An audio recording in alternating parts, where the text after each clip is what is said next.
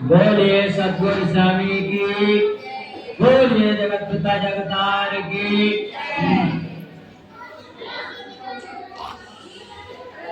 गुरु रे ब्रह्मा गुरु रे विष्णु गुरु रे देवो महेश्वरा गुरु रे साक्षात परब्रह्म तस्मै श्री गुरुवे नमः। तस्मै श्री गुरुवे नमः। तस्मै श्री गुरुवे नमः। ध्यान मूलम गुरु मूर्ते पूजा मूलम गुरु पादुका मंत्र मूलम गुरु वाक्यम मोक्ष मूलम गुरु कृपा मोक्ष मूलम गुरु कृपा हरि मोक्ष मूलम गुरु कृपा। परम पिता परमात्मा हे प्राणों की धार दास तुमको टेरता तो दीजिए अपना प्यार। दास तुमको टेरता तो दीजिए अपना प्यार। मम हृदय में बैठकर आप करो सत्संग। इन रूहों को मिले सुदाता तेरा रंग। इन रूहों को मिले दाता तेरा रंग। इस पूरे ब्रह्मांड में अगर हम संत मत की बात करें तो पूरे ब्रह्मांड में सबसे शक्तिशाली सबसे बड़ी कोई चीज है तो वो शब्द है। क्या है? सबसे बड़ी चीज अगर कोई चीज है तो वो शब्द है। सारे संतों ने शब्द की महिमा गाई है और सबसे बड़ी चीज ही संत शब्द है। और शब्द हर जर्रे जर्रे में व्यापक है, हर कहीं तुनकारे दे रहा है। क्या हमें उस शब्द की पहचान है? क्योंकि शब्द की पहचान होती है ज्ञान से। शब्द की कैसे पहचान करोगे? ये कैसा शब्द है जो जिस चीज की संगत में ज्यादा रहता है उसे उस चीज का ज्ञान हो जाता है।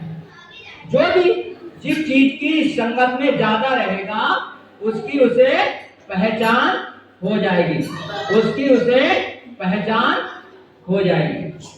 देखिए एक मिस्त्री है, वो किसी भी गाड़ी की अगर जानकारी रखता है तो उसकी आवाज सुनकर बता देता है कि इसका इंजन कैसा है। ऐसे ही जिसे ज्ञान के बारे में अच्छे ढंग से समझ आ गई है तो वो शब्द के बारे में बता देगा कि ये इंसान कहां से बोल रहा है। बाहरी शब्द ये कौन से दायरे से बोल रहा है। अगर हमें समझ है तो हम बता देंगे कि ये कौन से दायरे से बोल रहा है तुरंत, क्योंकि हमें समझ है। और समझ नहीं है तो फिर हमारी कोई कीमत नहीं है,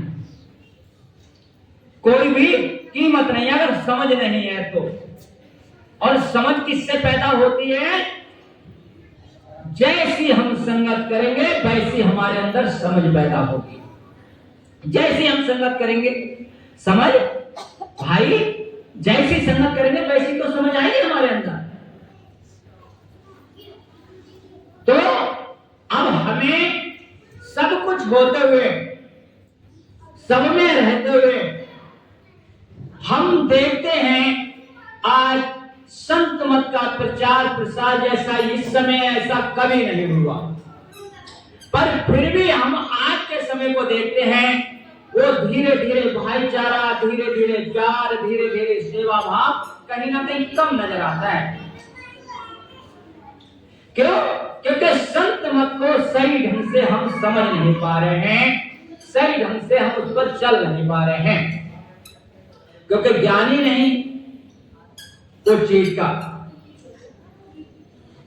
संतों ने तो कहा कि अगर धुन समझ में आ जाए, आंतरिक अगर हम भजन कर बैठेंगे तो वहां पर भी शब्द ध्वन आती है, पर शब्द ध्वन आती है तो काल की ओर से भी आती है, दयाल की ओर से भी आती है। कैसे निर्णय करोगे ये कहां से आ रही है, कौन सी शब्द ध्वन है? संतों ने कहा है कि सूरत ने जब धुन को पकड़ा, आसमां पर चढ़ गई, हो गई काबिल वहां पर, फिर न कोई गम रहा। हो गई काबिल वहां पर, फिर न कोई गम रहा। जब तुम्हारी सूरत, तुम्हारी आत्मा धुन को पकड़ लेती है, तब आसमां यानी ज्ञान की दायरे में पहुंच जाती है। फिर आसमां पर चढ़ गई, फिर ना कोई गम रहा, फिर कोई भी गम रहा नहीं। यानी कि गम कब तक सताते हैं, दुख हमें कब तक सताते हैं, जब तक हमें धुन नहीं मिल पाती है, जब तक हमें धुन का स्वाद नहीं आता है, तब तक हम दुखी रहते हैं, परेशान रहते हैं, तब तक हम बहुत परेशान रहते हैं। एक बहुत अच्छे संत हुए हैं नामदेव जी, उनकी एक शिष्या थी जनाबाई, और ये बहुत छोटी उम्र में 7-8 साल की अवस्था में गुरु महाराज जी की शरण में पहुंच गए, और उसके बाद पूरे जीवन भर आश्रम पर ही रहे, पूरे जीवन भर सेवा की उन्होंने। जनाबाई ने ये पंढरपुर के आश्रम पर रहती थी नामदेव जी के यहाँ, और उनके यहाँ विट्ठल विट्ठल गाया जाता है।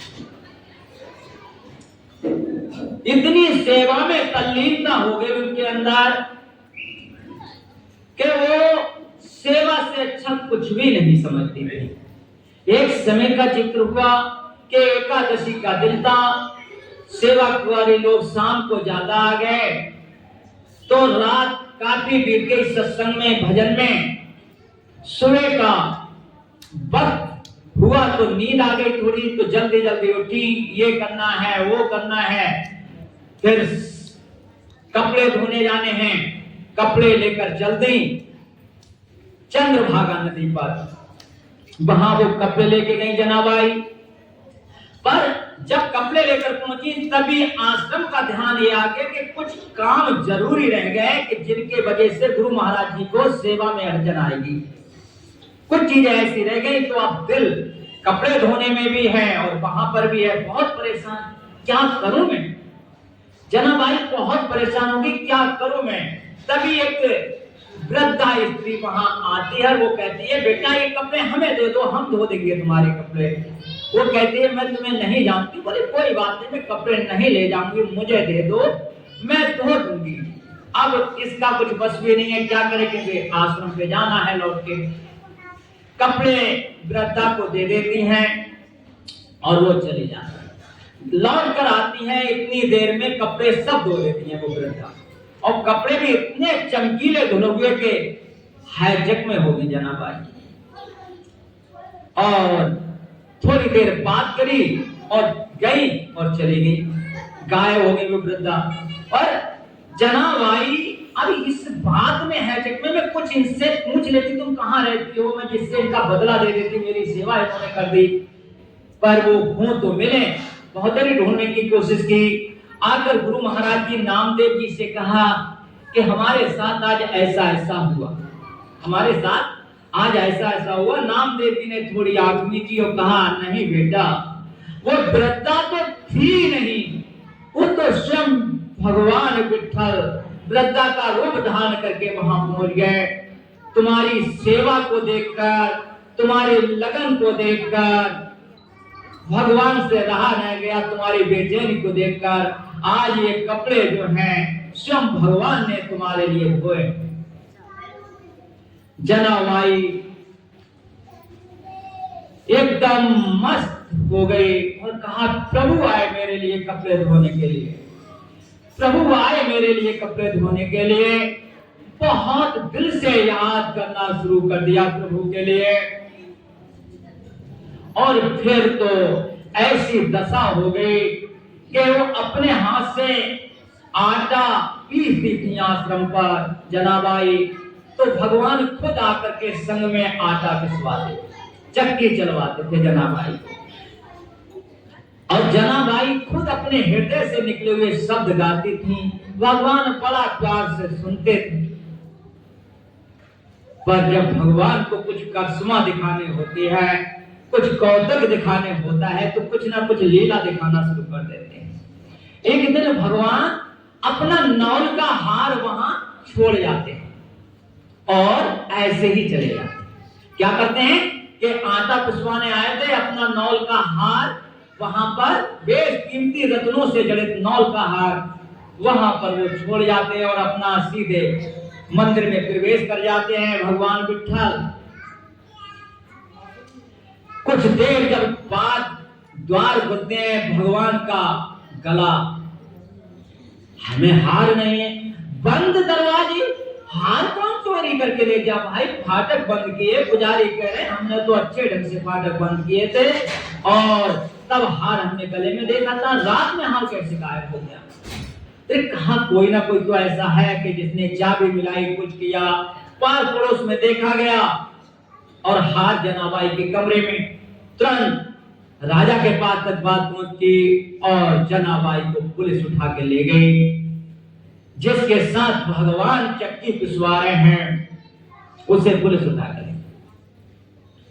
और राजा ने कुछ देरी ही नहीं की कि कल ही को इसे चंद्रभागा नदी के तट पर फांसी दी जाएगी। चंद्रभागा नदी के तट पर फांसी दी जाएगी कल। और जब हुक्म हुआ तो जनाबाई ने कहा, मरने वाले की एक इच्छा हर कोई पूरी करता है। मेरी इच्छा है कि मेरे गुरु महाराज और मेरे आश्रम की संगत कि मैं अंतिम समय पे दर्शन कर सकूं। मैं अंतिम समय में उन्हें प्रणाम कर सकूं। मेरे गुरु महाराज भी तो यहाँ नहीं है, आप पकड़ के ले आए हो, पर मेरी अंतिम इच्छा यह है कि वो सामने हूं मेरे, मैं उनसे तो बातें कर सकूं, ऐसी मेरी इच्छा है। राजा ने कहा ऐसे ही होगा।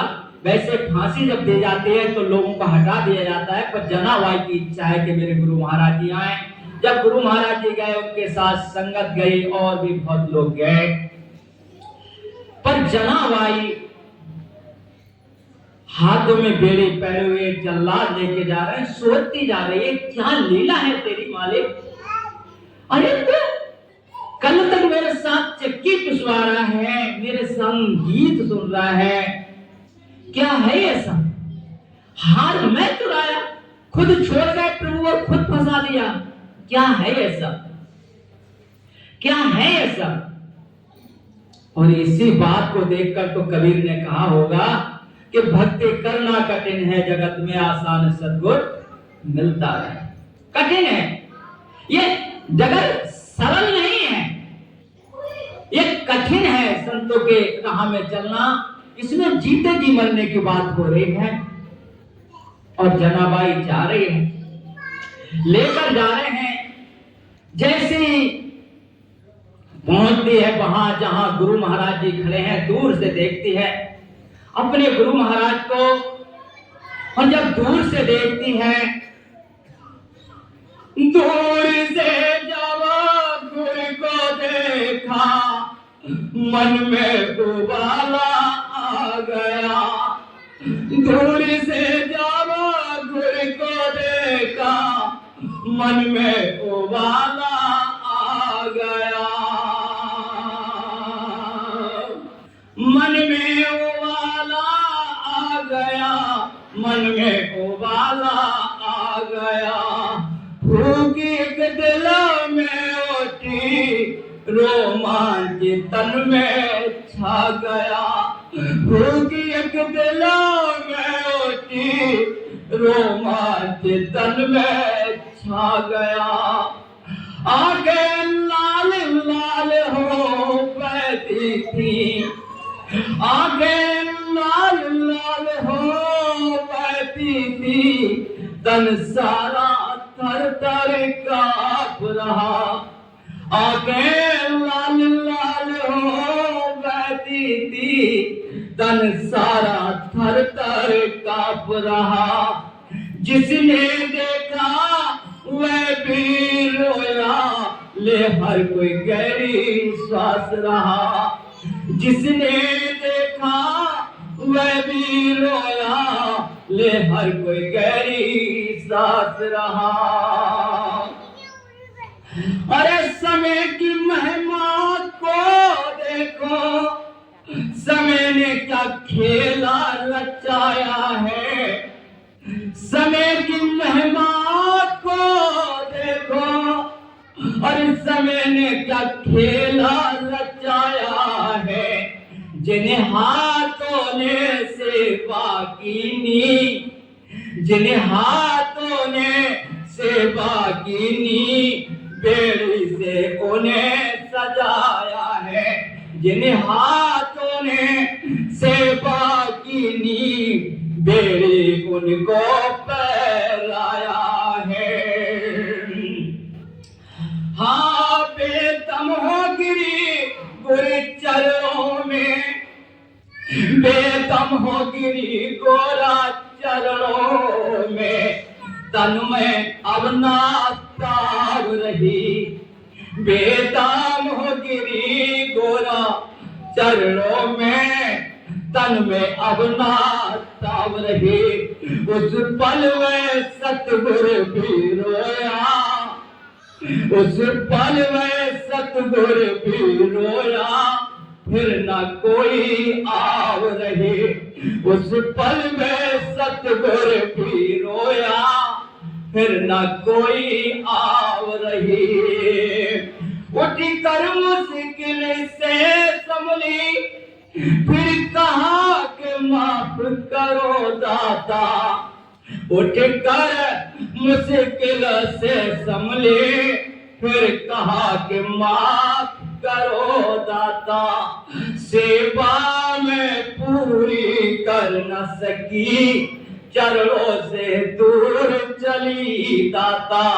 सेवा में पूरी कर न सकी, चरणों से दूर चली दाता। बेजार होकर के रो रही है, तड़प रही है जनाबाई, और जल्लाद कहते हैं बस ज्यादा देर आप यहाँ बात नहीं कर सकती। चल देती है। उस समय नामदेव जी के दिल से एक बात निकलती है, क्या कुत्ते के लिए रुभेश में जब आप आए, मैं रोटी लेकर पीछे दौड़ा, तब आपके लिए घी लेकर मैं पीछे दौड़ा। दौड़ते दौड़ते आप कुत्ते से भगवान का रूप धारण करके प्रकट हो गए। आज मेरी प्यारी शिष्या ये दशा पे पहुंच रही है, क्या है तुम्हारी लीला मेरे प्रभु? और कहा नामदेव जी ने, विठ्ठल विठ्ठल प्यारे विठ्ठल, विठ्ठल विठ्ठल प्यारे विठ्ठल, क्या रहा अब विश्वास नहीं। विठ्ठल विठ्ठल प्यारे विठ्ठल, क्या रहा अब विश्वास नहीं। हम तो तेरे सहारे हैं दाता, हम तो तेरे सहारे हैं दाता।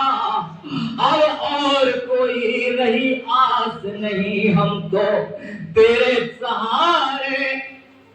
हे मेरे दाता, हे मेरे मालिक, हे सारे खंडों ब्रह्मांडों के मालिक, हर पल के जाननहार, एक कौन से मोड़ में लाके रख दिया। मरने का कोई गम थोड़ी है, क्या वो मर रही है थोड़ी है, या उसे फांसी दी जा रही है, ये भी कोई बात नहीं है। पर बात क्या है, क्या संत मत को कलंक लग रहा है, संत मत को कलंक लग कर जा रही है कि संत मत धूमिल हो रहा है। अफसोस इसी का आता, सर लगा हमारे कलंक का। इस बात का अफसोस है कि नाहक में सर पे कलंक का टीका लग गया है, इस चीज का अफसोस महसूस हो रहा है और कुछ नहीं। जनाबाई को जब लेकर जाते हैं जल्लाद सूली पर, और सूली को जब देखते हैं, जल्लाद घड़ी में देखते हैं अभी 1 मिनट बाकी है, और जनाबाई से कहते हैं अभी 1 मिनट बाकी है, और जनाबाई उस समय उस 1 मिनट में प्रभु की ओर देखते हुए कहती है, बिट्ठल हो बिट्ठला, बिट्ठला हो बिट्ठला, बिट्ठल हो बिट्ठला, बिट्ठला हो बिट्ठल, अब तुम हमको दिख जाओ, तुम अब हमको दिख जाओ। हे दाता, हे मेरे मालिक, क्योंकि ये ऐसी जनाबाई थी कि एक बार कबीरदास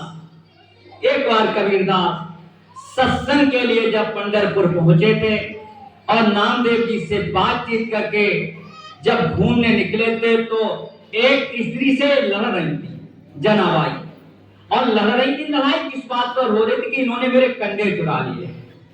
जनाबाई कह रहे थे इन्होंने मेरे कंधे चुरा लिए। तो क्या किस कैसे कंधे? कंधे तो सब एक से ही हैं कि ना, मेरे कंधे अलग हैं। कहा तुम्हारे कंधे कैसे? कि जो कंधे हैं अगर मेरे, उन कंधों में विट्ठल हा विट्ठल की धुन निकलेगी। कितना भजन होगा, कितना प्रभाव होगा कि जब कबीर ने वो कंधे कान पर रखकर देखे तो विट्ठल विट्ठल की धुन आ रही थी। अलग अलग कर दिए थे वो कंधे। ऐसी जनाबाई और उसे सूली। बात जब धर्म पर आती है तो सत्यता से मुंह नहीं मोड़ना चाहिए, क्योंकि सत्य जो है वो हर पल तुम्हारी रक्षा करेगा। पर हाँ, तुम देवो ना तब। देखिए क्या फांसी का फंदा लगा है, और जनाबाई एक ही बात कह रही है कि विट्ठल हो विट्ठल, विट्ठल हो विट्ठल, तुम अब हमको दिख जाओ। और हुआ क्या? जना ने सूली में देख लिए, दिख गए जना को सूली में, कैसी लीला है उनकी। जना को सूली में दिख गए भगवान के विट्ठल है सूली में। देखा सब संगत ने उस पल के सूली के वहां पर फूल बने। वो सूली कहां रह गई? उसके फूल बन गए, और पानी सम पिघल गई सूली। जो नीचे खंभे थे जिस पर सूली लगानी, वो सब पानी बनकर पिघल गई, कुछ बचा नहीं, और ऊपर से फूल बनकर गिरते हुए देखे लोगों ने। यहां तक पहुंचने के लिए सच्चाई की कि जल्लाद पकड़ के लेके जा रहे हैं, सूली टंगी है, असलियत में फांसी का हुक्म है, पर आखिरी क्षण तक जना ये पूर्ण विश्वास है मेरे परम पिता परमात्मा है, मेरे परमात्मा है। और जना के लिए वो सूली के फूल बन गए। क्या महिमा है प्रभु की, कोई नहीं जान सकता। पूर्ण हस्तियां संसार में हुई। जोरावर और फतेह सिंह दीवालों में गए चुने। कवि ने लिखा कि जोरावर और फतेह सिंह दीवालों में गए चुने, पर देखिए प्रभु की महिमा, जना को सूली के फूल बने। जोरावर और फतेह सिंह पूर्ण गुरु गोविंद सिंह चाहते तो क्या नहीं कर सकते थे, पर कुर्बानी देनी थी हम लोगों को दिखाने के लिए। प्यारे अपने बच्चों को ही दीवालों में चुनवा दिया। कैसा कैसा है संत मत, कैसा है संत मत। अपने सगे बेटों को पूर्ण संत होकर गुरु गोविंद सिंह उनके बेटे दीवालों में चुन गए। रजा थी उनकी, चाहते तो क्या नहीं हो सकता। अगर सूली के फूल बन सकते तो ईंटों के फूल नहीं बन सकते थे क्या? जिन ईंटों में वो चुने गए, पर रजा थी कुर्बानी देने की। संतमत असलियत का खेल है, संतमत सच्चाई की वस्तु है, संतमत दिल से दिल की दाद है, संतमत परमपिता परमात्मा की आवाज है। जिसने धारण कर ली वो फिर हिया से तो नहीं बच सकता। जिसने धारण कर ली, जिसने धारण कर ली। संतमत क्या है? भगवान राम से वाल्मीकि जी कह रहे हैं, जब वाल्मीकि जी के आश्रम में भगवान राम पहुंचते हैं, उस समय भगवान से वाल्मीकि ने कहा कि कहे सत्य प्रिय वचन विचारी, जागत सावत शरण तुम्हारी। कहे तो पर सत्य बोले भी, पर प्रिय बोले। कभी कहते हैं इतनी जोर से सत्य बोलता है इंसान के जैसे लड़ाई होती है। सत्य बोलो, प्रिय बोलो, मीठा बोलो ना। सत्य बोलना ये नहीं कि हम सच बोल रहे हैं कि जोर से बोलेंगे। क्या है? सारे ग्रंथों का सार है ये कि धीरे बोलो नम कर चलो। सतगुरु यही सिखाता है, हर पल पिछड़ी रूहों को मालिक के साथ मिलाता। धीरे बोलो जी, संत मत ये सिखाता है।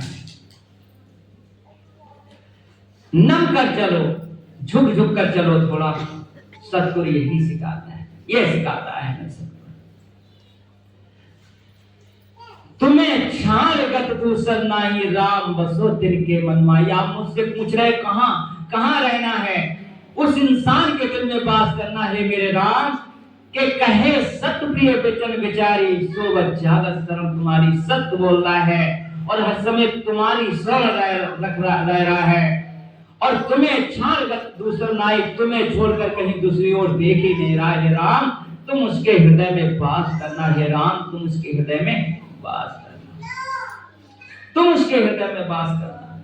और जब सूली के फूल बन गए, सूली खत्म हो गई, रही नहीं, तब जनावाई की जय, सतगुरु नामदेव की जय, जनावाई की जय, सतगुरु नामदेव की जय जयकार के नारे होने लगे। और जनावाई उस दिन से फिर एक अर्ध पागल अवस्था में चली गई। अर्ध पागल अवस्था जिसे हम समझते हो कि दुनियादारी का बिल्कुल होश ना, और परमपिता परमात्मा का होश। यानी कि एक इंसान को दोनों जगह होश रहता है। पर जनावाई को अर्ध पागल इसलिए कह दिया गया कि वो परमात्मा में लीन रहने लगी और इस संसार का उन्हें होश नहीं रहा। इस संसार से उन्हें कोई खास मतलब नहीं रहा, पर उस मालिक की ओर वो पूरी तरीके से लग गई। और एक दिन वो समय आया कि नामदेव जी ने सारी संगत से कहा कि अब हमें हुक्म आ गया और अब हम जा रहे हैं, अब हम जा रहे हैं, हमें हुक्म आ गया, अब मेरे जाने का समय हो जाता है।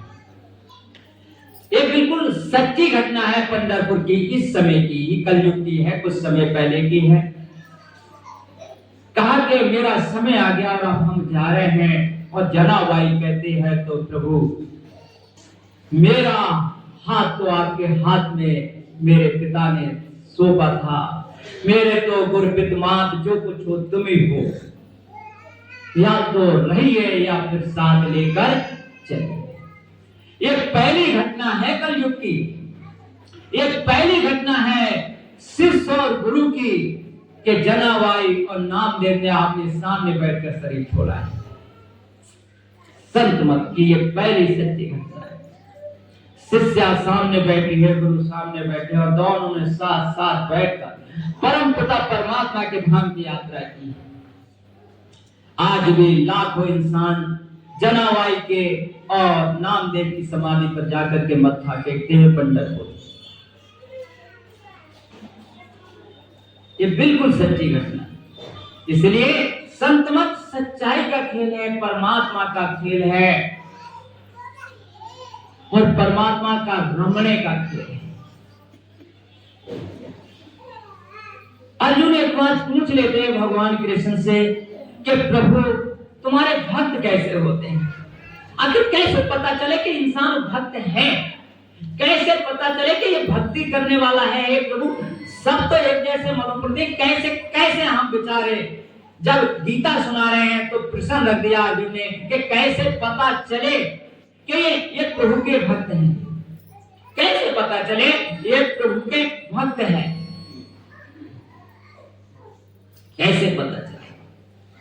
भगवान कृष्ण ने कहा है, यम ही ना प्याते अंतिये, यम ही ना प्याते अंतिये, पुरुषम पुरशर्षा, पुरुषम पुरशर्षा, सम दुख सुखम धीरम, सम दुख सुखम धीरम, सा अमृत त्वाय कल्पते, सम दुख सुखम धीरम, सा अमृत त्वाय कल्पते।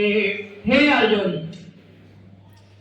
जो कभी भी व्यथित नहीं होता, व्यथियन्तियेते, यानी कि इंद्रियों के जो स्वाद है या इंद्रियों को जो चीजें अच्छी लगती हैं वो ना मिले या मिले, वो कभी विचलित नहीं होता। और सम दुख सुखम धीरम, जो बुद्धिमान मनुष्य सुख में और दुख में एक समान रहता है। सुख है तो मेरे मालिक का और दुख है तो मेरे मालिक का, सुख और दुख में जो एक समान रह जाता है। कैसे पहचान हो? दुख भी आए तो हम कभी रोने चिल्लाने ना लगे और सुख भी आए तो बहुत खुशी में ना खो जाए, यानी सुख और दुख में एक समान रह जाए, वह परमपिता परमात्मा का भक्त है। जो सुख और दुख में सुखम दुखम धीरम अमृत त्वाय कल्पते, वह अमर होने में समर्थ है, यानी कि वो अमरता को प्राप्त हो चुका है, वह अमरता को प्राप्त हो चुका है। जो सुख और दुख में दोनों समय एक जैसा समान है, जो एक समान है दोनों समय, जिसे इंद्रियों के स्वाद कभी भी विचलित नहीं करते, जो अपने मन को निग्रह रखता है कि हमारा मन कब हमें अच्छाई की ओर ले जा रहा है या कब हमें बुराई की ओर ले जा रहा है।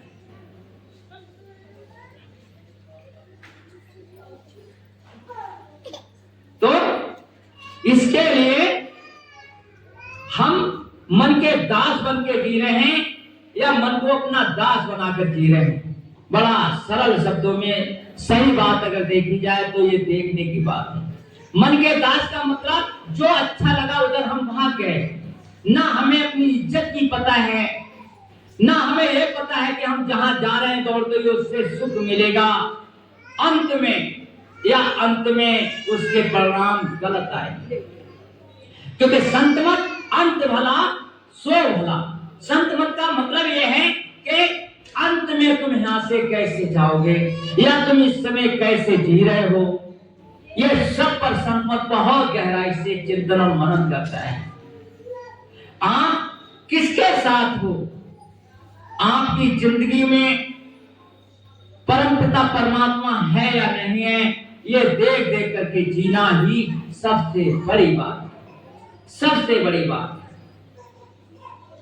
और कैसे होते हैं भगवान के भक्त? भगवान राम अपने भाई से समझा रहे हैं रामायण के अंदर कि कोमल चित्त दीनन परिदया मनवती करम मामो भगते अमाया, सबहि मानु ब्रद आपे अमानी भरत प्राणिजम ते मामो प्राणी सबहि मानु ब्रद। समझा रहे हैं आप कि कोमल जिनका चित्त कोमल होता है, निर्मल होता है, पवित्रता से भरा हुआ होता है, पवित्रता से भरा हुआ होता है जिनका दिल, जिनके दिल में किसी के लिए द्वेष भावना नहीं होती, जो सबके लिए अपने जैसा जानकर जीते हैं और मन वच कर्म से, मन से, वचन से, कर्म से परमपिता परमात्मा के बने रहते हैं। मन से प्रभु का स्मरण करते हैं, हाथों से प्रभु की सेवा करते हैं और वचन से प्रभु के गीत गाते हैं। मन और वचन कर्म से हर तरीके से प्रभु के जो हो जाते हैं। मन वच कर्म मम भगत माया, मन से, वचन से, कर्म से जो प्रभु के हो जाते हैं वो भक्त होते हैं। और क्या? सब है मान प्रदे आपे आमानी, जो सबको मान देते हैं। ये बात थोड़ा गहराई से ले जाने की है। जिनको मालिक थोड़ा पैसा दे दे, पद दे दे, सम्मान दे दे, उन पर बहुत अच्छी लागू होती है। गरीब तो सबको मान देता ही है बेचारा, वो क्या मान रखेगा। पर जिनको मालिक कुछ पद दे दे, मान दे दे या किसी तरीके का अधिकार दे दे, उन पर यह बात बहुत अच्छे ढंग से लागू होती है। सब है मान प्रद आप अमानी, सबको मान दो, आप अमानी बन के रहो। भरत प्राण समते मन प्राणी, भगवान राम कह रहे हैं ऐसे इंसान मुझे प्राणों से भी प्रिय है। प्राण सब मेरे प्राणों के समान है।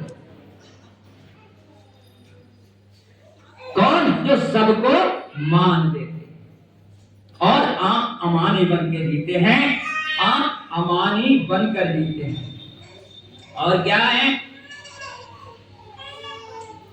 कैसे होते हैं भक्त भगवान के?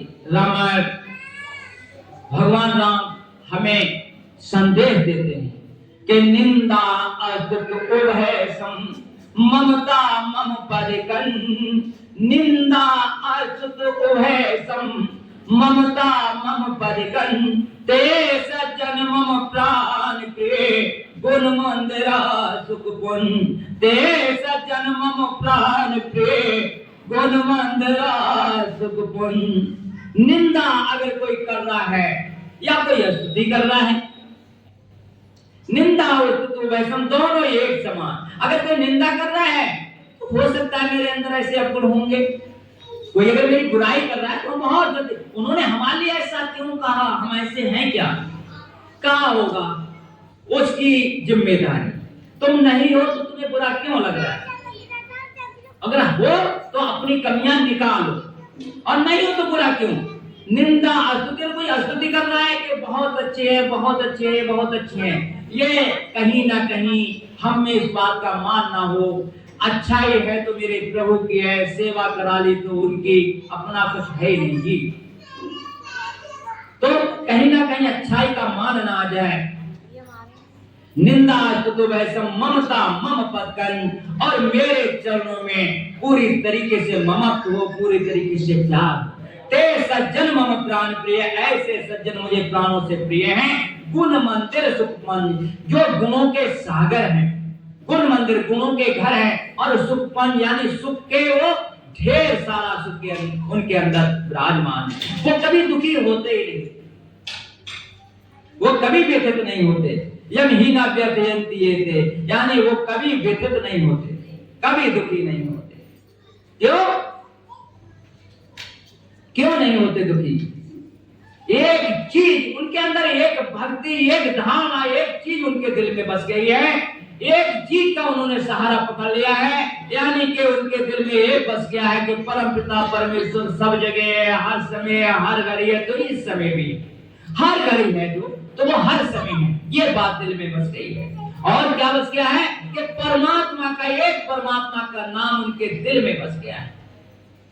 कहा है संतों ने, एक शब्द मेरे प्राण बसत हैं, बहुत जन्म नहीं आना, एक शब्द मेरे प्राण बसत हैं, बहुत जन्म नहीं आना। एक शब्द, एक भक्ति, यानी भक्ति जो हो वो बिल्कुल सती स्त्री जैसी हो, जैसे सती स्त्री को एक ही पति से मतलब होता है और दूसरे से कोई मतलब नहीं होता, ऐसे अगर हम राम कह रहे हैं तो पूरे जीवन में हमारे मुख से राम निकलना चाहिए। मतलब के दृढ़ निश्चय भक्ति एक होनी चाहिए। एक हो, हजूर के पास इन शब्दों में कहूं मैं तो वो कहते हैं एक बनो और नेक बनो, यानी एक की आराधना करो, एक में खो जाओ, एक में लीन हो जाओ। एक की आराधना करो, राम कहो तो पूरे जीवन भर राम कहते रहना। एक शब्द मेरे प्राण बसते हैं, बहुर जन्म नहीं आना, फिर जन्म नहीं आ सकता, नहीं आ सकता। और भगवान के लिए तो कहाँ है, बहुत अच्छे ढंग से ग्रंथों ने कहा है, संतों ने कहा है, शास्त्रों ने कहा है। ग्रंथ कह रहे हैं, क्या कह रहे हैं? ज्ञान अज्ञान स्वरूपाए धर्म आधार स्वरूप रे, ज्ञान अज्ञान स्वरूपाए धर्म आधार स्वरूप रे, विद्या अविद्या स्वरूपाए सूर्य स्वरूपाए ते नमः, सूर्य स्वरूपाए ते नमः।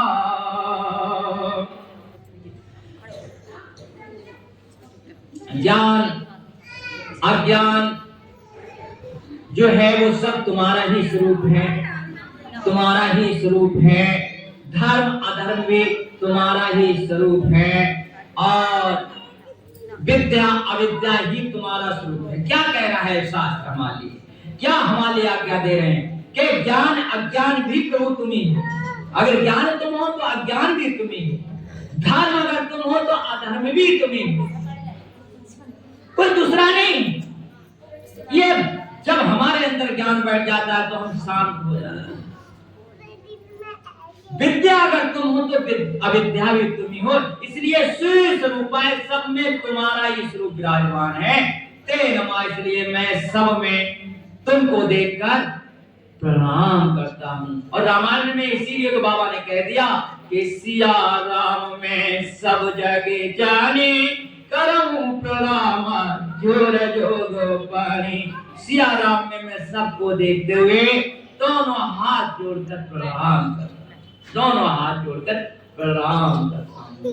ऐसी जब हमारी भावना हो जाती है, ऐसी हमारे अंदर से जब एक धारा निकलना शुरू हो जाती है, तब परमात्मा हमें प्यारे लगने लगते हैं। और जब परमात्मा प्यारे लगने लगते हैं तब समझ लो हम भक्ति मार्ग पर चलना शुरू हो गए। कब शुरू हुए हम? कभी बैठे भजन पर ध्यान नहीं लगा, उठ गए, अच्छा नहीं लग रहा है, कभी चले कभी रुक गए, यही हमारी दशा रहती है। पर जब हमें परमात्मा प्यारे लगने लगे, जब परमात्मा की भूख लगने लगे, तब कहीं ना कहीं ये सत्संग उनके लिए अमृत का काम करता है। ये सत्संग उनके लिए अमृत हो जाता है। ये सत्संग सुन करके इंसान परमात्मा में पूरी तरीके से लीन हो जाता है। संतों की वाणी फिर तुम्हारे लिए अमृत का काम करती है, जिन्हें परमात्मा की भूख लगी है, धर्म परमात्मा के लिए जो तड़प रहे हैं, सत्संग उनके लिए बहुत कारगर है। बकाया आते सब हैं पर सब तो भक्त नहीं बन जाते। किसी एक के लिए सत्संग सुनाया जाता है, किसी एक को रंगने के लिए साधु घंटों बोलते रह जाते हैं, क्योंकि उन्हें पता है कि मेरी रूह आज यहाँ बैठी है। तो पूरी तरीके से वो परमात्मा को उसके अंदर उड़ेलना चाहते हैं, परमात्मा को पूरी तरीके से उसके अंदर बैठा कर उसे परमात्मा के धाम ले जाने को तैयार होता है। तो हम अपने अंदर देखें कि हम किस जगह बैठे हैं, हमारे अंदर क्या चल रहा है, ये हम अपने ओर देखते हुए चलें और समझते हुए चलें कि किस ओर हम चल रहे हैं। भगवान ने भागवत में जो सुखदेव जी को सुनाई गई है, उसमें भगवान कह रहे हैं कि मेरा भक्त कैसा होता है, कैसा होता है मेरा भक्त। भगवान कृष्ण भागवत में कह रहे हैं कैसा होता है। बाग कर गदा, बाग कर गदा, द्रौपदेय सचेतम। बाग कर गदा, द्रौपदेय सचेतम। रुद्रात्मवीक्षणम, रुद्रात्मवीक्षणम। हसति गृहे बिलाज ओदे गाए दे, बिलाज ओदे गाए दे, नृत्य चामद भक्ति युक्ता, नृत्य दे चामद भक्ति युक्ता। भुवनम पुनीत, भुवनम पुनीत। मेरा भक्त जब मेरे लिए बोलता है तो उसकी वाणी गदगद हो जाती है। जब मेरे लिए बोलता है तो उसकी वाणी गदगद हो जाती। कैसे पहचान करोगे तुम भक्त की कि जब वो गाए या भगवान को बोले तो उसकी वाणी गदगद हो, उसकी वाणी गदगद हो। द्रवते चित्तम, उसका अंदर से दिल गिरवत हो जाए, यानी पिघलना शुरू हो जाए अंदर से, यानी कि उसके आंख से आंसू बहना शुरू हो जाए। द्रवते चित्तम रुद्रात्मवीक्षणम, और वो कभी जोर जोर से रोना शुरू कर दे, जोर जोर से रोना शुरू कर दे, जो रुद्रात्मवीक्षणम। मेरा भक्त फिर उससे जब भूख उठती है तो रोक नहीं पाता, वो अपने आप पर बहुत जोर जोर से चिल्ला चिल्ला के रोता है। हा वाहेगुरु, हा वाहेगुरु, हा वाहेगुरु कहकर उसके अंदर से पुकार उठती है। वो फिर अपने को रोक नहीं पाता कि इस संसार की माया को देखता है, यहाँ को व्यवहार को देखता है, जिनसे वो प्यार करता है उनको देखता है। कोई अपना जब नहीं देखता है तो फिर मालिक को पुकारता है, तो रो रो करके पुकारता है। और हंसत जो तो कभी कभी वो हंसता भी है, और कभी कभी क्या होता है बिलाज गाती, कभी कभी लाज छोड़कर बहुत ऊंचे स्वर से गाता है। बिलाज यानी लाज छोड़कर कभी ऊंचे स्वर से गाता है, और कभी क्या करता है वो, कभी कभी वो नाचता है। मद भक्ता युक्ति, और मेरी भक्ति से युक्त भुवनम पुनीत, ऐसा इंसान पूरे संसार को पावन करता है। कौन करता है इस संसार को पावन? किसके सहारे से दुनिया टिकी है? भक्तों के सहारे से जी। पूरे संसार को जब उनके अंदर से परमात्मा की वाणी निकलती है, परमात्मा को याद करते हैं, तो ये आवाज उपायों में जब मिल जाती है, पूरे संसार को पावन करती चली जाती है। भक्त जब प्रभु को पुकारता है, उससे ये दुनिया पावन होती है, उससे ये दुनिया टिकी रहती है, उससे ये दुनिया टिकी रहती है। आग लगे संसार में, झर झर पड़े अंगार, संत न होते जगत में तो भैया जल जाता संसार। संत न होते जगत में, हम अगर साधु महात्मा इस दुनिया में ना हो तो कहीं ना कहीं परमात्मा का प्यार तो बिल्कुल ऐसे खत्म हो जाएगा जैसे है नहीं।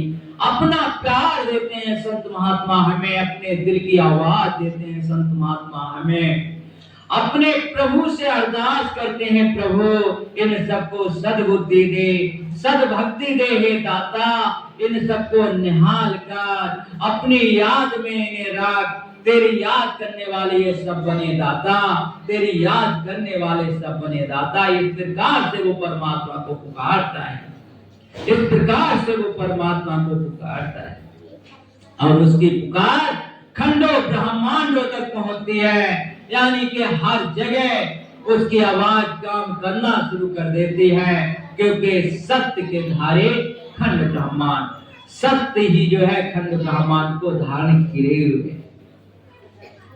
और ऐसे इंसान जब कभी हम सबके बीच में होता है तो हमें जीते जी तो उसकी पता नहीं रहती, पर मरने के बाद में हम उसके लिए बहुत रोते हैं, बहुत रोते हैं।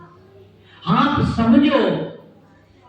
समझो कि आज तुम्हारे बीच में हमारे गुरु महाराज आदि के दिन जब वो थे तो कितनी उनकी कदर की लोगों ने, पर जाने के बाद एक एक इंसान उनकी याद करता है और कहता है कि वो बहुत ऐसे थे, वो ऐसे थे, वो ऐसे थे, सब कुछ जानते थे।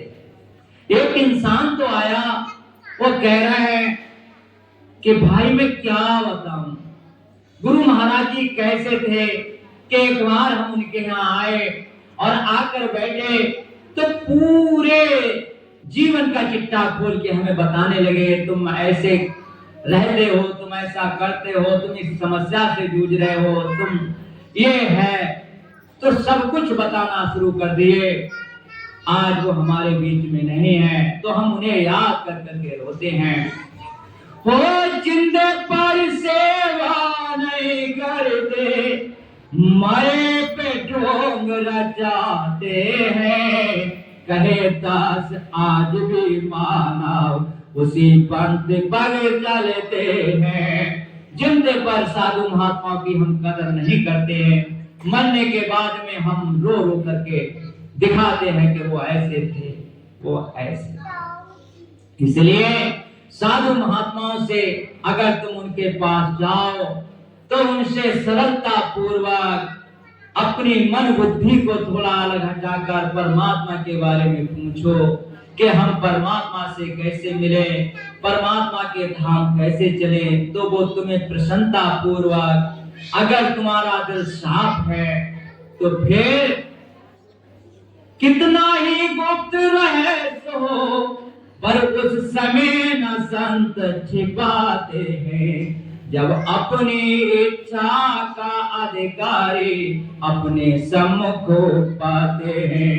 जब अपनी क्षमता, अपने अधिकारी जब देख लेते हैं तो गुण से गुण रहे संत महात्मा हमारे सामने प्रकट कर देते हैं और हमें परमात्मा के राज में जाने लायक बना देते हैं।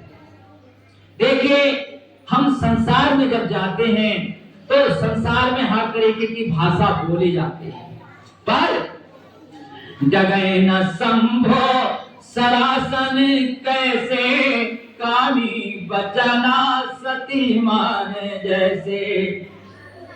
धनुष उसी तरीके से नहीं हिला किसी से जैसे कामी पुरुष काम की वासना में बसा हुआ सती स्त्री से बहुत तरीके की बातें करता है, पर वो कभी नहीं दिखती।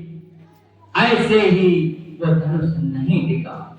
हमारे अंदर जब तक पूर्ण तरीके से परमात्मा का प्यार नहीं होता है तब तक जीवन हमारा बेकार है और निर्लजता में हम बह रहे हैं, बेकारी में हम जी रहे हैं, कुछ भी हमारा जीवन सही है ही नहीं अगर जे हम पूरी तरीके से परमात्मा की ओर नहीं लगे। क्योंकि क्या यही मुंह दिखाएगा बंदे, मुंह दिखाने के काबिल नहीं है, क्या यही मुंह दिखाएगा बंदे। और हम करते क्या हैं कि फूकट धर्म पकड़ कर जूझे। हम फूकट धर्म यानी कि जिस धर्म में साधारण तरीका से जो बिल्कुल साधारण धर्म है उसी की ओर हम चले जाते हैं। बूझे ना जुगत सुरत पारा, जिस जुगती से हमारी आत्मा उस शब्द से, उस पारब्रह्म से, उस वाहे गुरु से मिलेगी, हम उस शब्द के लिए अपने दिल में नहीं बसाते हैं। और पानी मते हाथ कचनाही, क्षीर मथन आलस भारा। पानी को कितना भी मथो पर कुछ भी हाथ नहीं में आएगा, इसलिए दूध को मथने से ही आपको घी मिलेगा।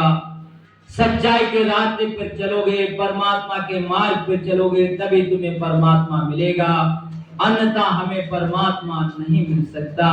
हम विचार करें यहाँ क्यों आए हैं, हम विचार करें हम संत मत में क्यों जाते हैं, हम विचार करें कि हम यहाँ आए तो यहाँ से क्या लेकर उठ रहे हैं।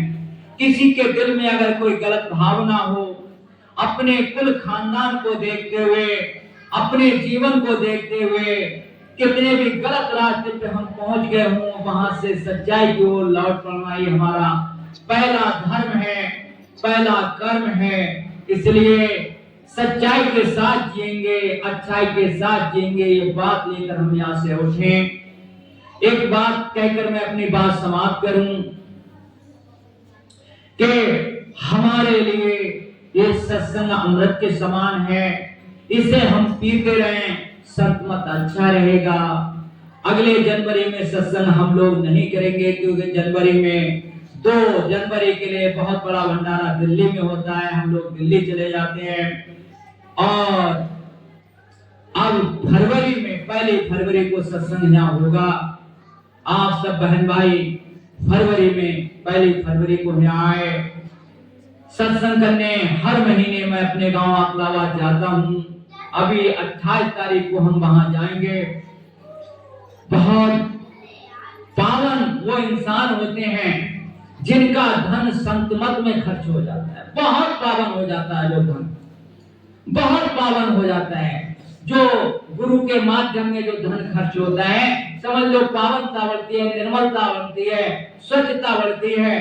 कहीं ना कहीं उस हक में जो पैसा खर्च हो गया वही हमारा अपना है। बकाया अफसोस के खाली हाथ चले, बकाया तो कुछ भी हमारा अपना नहीं।